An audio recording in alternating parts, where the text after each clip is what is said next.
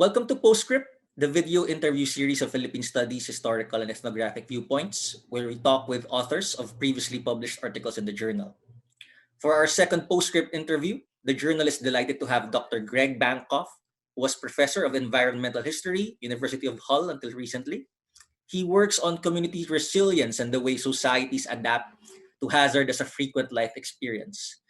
For the last 25 years, he has focused his research primarily on the Philippines, seeking to understand how societies, both past and present, have learned to normalize risk and the manner in which communities deal with crises through a historical sociological approach.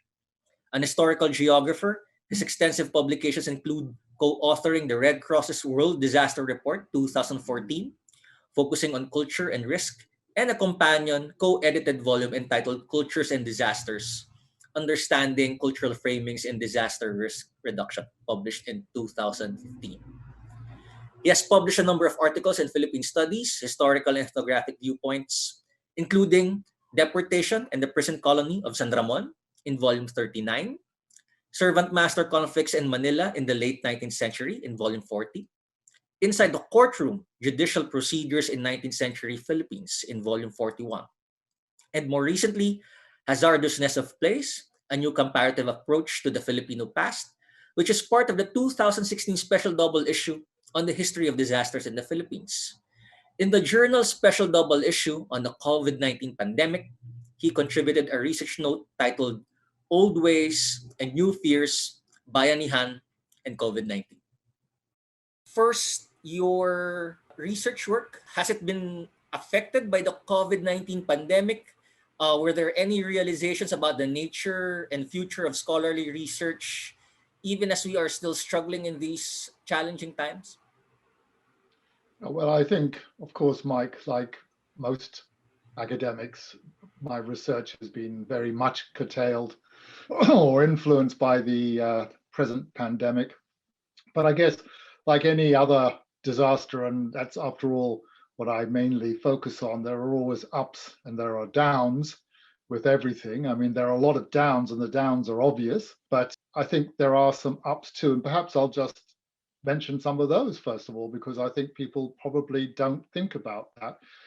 I mean, clearly there's been an enormous restriction on travel and engagement and people being able to go from one country to another to do their research. So, I haven't left Hull for the last year. So there were a lot of research plans that I had that just haven't materialized and had to be thought about and done in different ways. But on the other hand, of course, it's meant that in the last year, and I've been working on 2 new research grants, we've had to rethink the way we do research. And that has also involved a lot more emphasis on local scholars. Because if you're doing work internationally, and I'm thinking about a project I have with the Australian Research Council, hopefully, that James Warren and I have just put into the Australian Research Council, which would involve working in 9 different countries, clearly that's going to be much more difficult in the next several years. I mean, whether it'll ever completely return. So there's had to be a much more reliance on saying, well, okay, for doing some of this research, we need to think about employing and involving local scholars in those countries. I mean, not just the Philippines, but I mean, India, Vietnam, the Micronesia, wherever. So I think there is an upside in that, in the sense that we will get more people. There will be more money for local scholars coming from international research grants, perhaps, because to do that kind of work. So that's an up, I think. It will also mean that more people, especially younger scholars in those countries, will get more experience in working with sort of scholars from around the world. And again, that may help them in actually being able to formulate their own research grants and just with the networks and things. So I think there are some positives possibly there. Of course, the negatives are that it's very difficult to get into archives wherever you are. And that means that in a lot of cases, we've had to rely, or certainly I've had to rely on data I have already collected. Now, after 25 odd years, I've got so much data, it's sticking out of my head. So it's not really a big problem there. But of course, it does mean that certain new bits of research have been shelved for the time being. Again, I think we suffer too from lack of contact with people, and here we are, we're doing an interview via Zoom, and of course you can do it, and it's great. And I mean, 20 years ago this wouldn't have been possible at all, or even 10 years ago it wouldn't have been possible at all. But I do think that you lose something in the interactions. I know in some of the interviews I've been doing on projects in the last year, where I've had to, of course, rely on doing them via Teams or Zoom or one of the other platforms, and they miss something. I don't know, because there's a lot of engagement and a lot of information that's conveyed non-verbally by people's facial, but not only their facial, their hands, their hand movements, just the aura that they project, and you don't get the same kind of intimate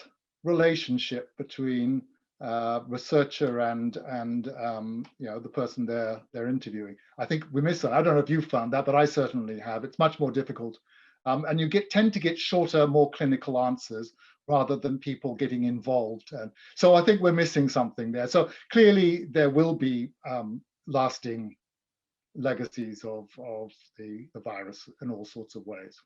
In light of all these changes caused by the COVID-19 pandemic, and then we had this special double issue published by Philippine Studies last year. It's the current special double issue. And then for that particular issue, you present an interesting take on the whole idea of bayanihan. Specifically, you juxtapose quote-unquote old ways and quote-unquote new fears. What are these old ways of bayanihan, and how do they compare with the way the government has used this term in dealing with the pandemic? And are the old ways really gone for good, do you think? Well, I mean, the short answer to that is no, they're not. But what I meant by old ways, and I mean, I'm very interested in these concepts of mutual help and self-organization within the Philippines, and have been for many, many years. So when I was asked to write something, it seemed to me only natural to think about bayanihan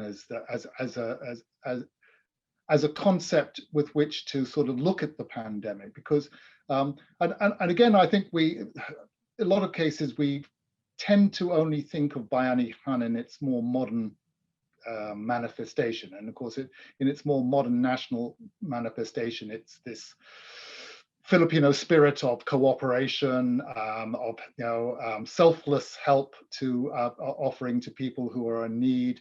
It's about community identity. It's a whole lot of very positive and perfectly true traits within the sort of Filipino societies, because there are very obviously many different kinds of self or mutual aid associations that get lumped under what people think of as bayanihan now, because there are lots of regional variants. And that's great, and that's always been one of the ways in which bayanihan has worked, or its associated concept. However, to me, bayanihan, if you look back historically, is a much more dyadic, contractual arrangement about reciprocity. You help me, I help you. It's about how labor was organized in farming communities. It's about how buildings were repaired. It's about how when people were in trouble, a death or a disaster, when some kind of disease had taken loved ones, then it was about giving to those people. And it was about reciprocity, but there was a careful contractual basis to that. And people were fully aware of who gave what and how much, and therefore how much should be returned.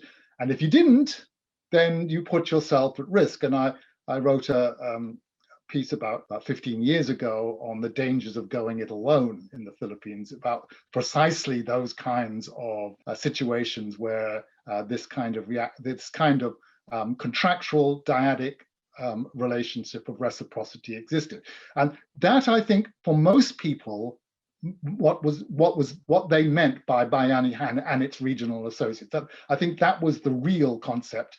And then you had this other form of bayanihan when the community as such was either in need for some sort of service like a baseball court or a school or something like that, or when it was in trouble from disasters or fire and things, and then people helped. So we've sort of kind of lost that first idea of what bayanihan means, and we just focus on the second one, which has almost become a sort of national characteristic now. And I think people talk about it in that way. The government certainly uses it as a term to engender support for its policies, put it that way. And I think we can trace that back, and I'm sure actually you could probably go back further, but the most obvious one I think was Marcos during the New Society, and when he talked about, so he used it as a corporative vision, special for in rural areas, of trying to get people behind his policies during martial law and such like. And I think there, it was almost became not a quasi-government policy.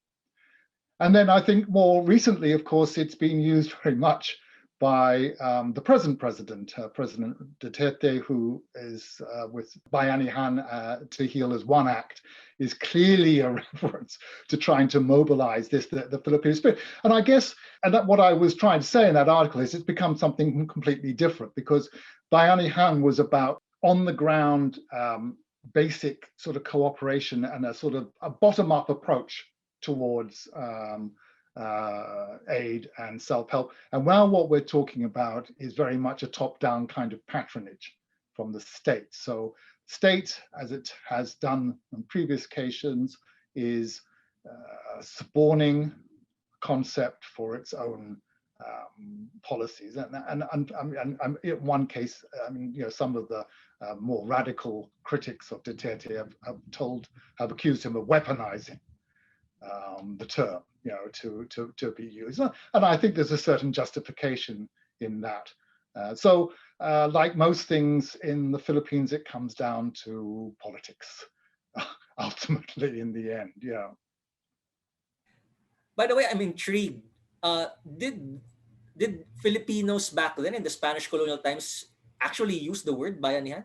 Did it really come up in the archives as some? No, I don't find it actually. The term I mean, there are, as I said, I'm using that as a sort of generalized term because there are lots and lots. Every region has its own term for this, but the one that's most commonly referred to in the archives is something called turnahan, and that comes from the Spanish turno, your turn, taking your turn, which is interesting because the only modern variant, or sorry, the only modern usage of the term that I've found now is in basic Christian communities, where people, the roster for leading the scriptures and such like is called the turnahan, or still called that. But that's the one that tends to get, is most common in the archive if it's trying to look at a generalized concept. Now, whether that's just because most of our sources are either Spanish or Spanish-speaking Filipinos, and they're using a term that was understandable, that's not, well, I mean, have to ask how many Spanish people would have understood that, I don't know. But maybe it was just, it's a common usage at the time. But no, I don't find bayanihan used at all. In fact, and I haven't seen a single reference to it in the historical data at all. Because it's really intriguing, and I'm just guessing because you mentioned Marcos in relation to the whole concept of bayanihan. I'm kind of intrigued by the possibility that maybe this is also a Marcosian myth propagated by the regime. I'm thinking along the lines of I think you can remember this Amorsolo painting where people are Yeah, that's the classic. That's the classic one that Marcos used. And if you find old textbooks and things like that, there's always a sketch of that, usually on the front. And it's exactly that image of the house being moved, and it's a classic one, of course. but I mean, I guess going back to the question you asked me, and whether it's gone, and of course, the point I was trying to make out is that bayanihan, it signifies people working together, whether through fictive ties of kinship or real ties of kinship or just simply community or neighborhood ties. It's people working together and being together and cooperating together. And of course, the message of COVID is to stay by yourself and stay at home. So that's where the problem comes, in the sense that it's entirely opposed to, if we can say this, the normal traits of Filipino life and cultures. I mean, because clearly, it's very, and I think this is a big problem. It's not, of course, it's not a problem that's in any way unique to the Philippines. I think, disasters never come singly, but the Ebola outbreak again in West Africa, and the way in which the funeral rites there, which involve the washing of the deceased body, becomes a super spreader of disease. And now here again, you have culture getting in the way of public health, obviously to a much lesser extent, because the COVID-19 pandemic is nothing like Ebola, where it has a 50% death rate in Ebola, where not any. So, but we still have I think, a big problem there in terms of what is culturally normal and accepted behavior is now taboo in terms of public health. And that I think is one of the biggest problems, and perhaps societies that do have a much greater emphasis on extended families, on social and community networks, are more at risk than those that are much more nuclear. And I would say societies like in Europe and Japan and the United States, where those concepts are not so strongly emphasized anymore and have lost a lot of their bite.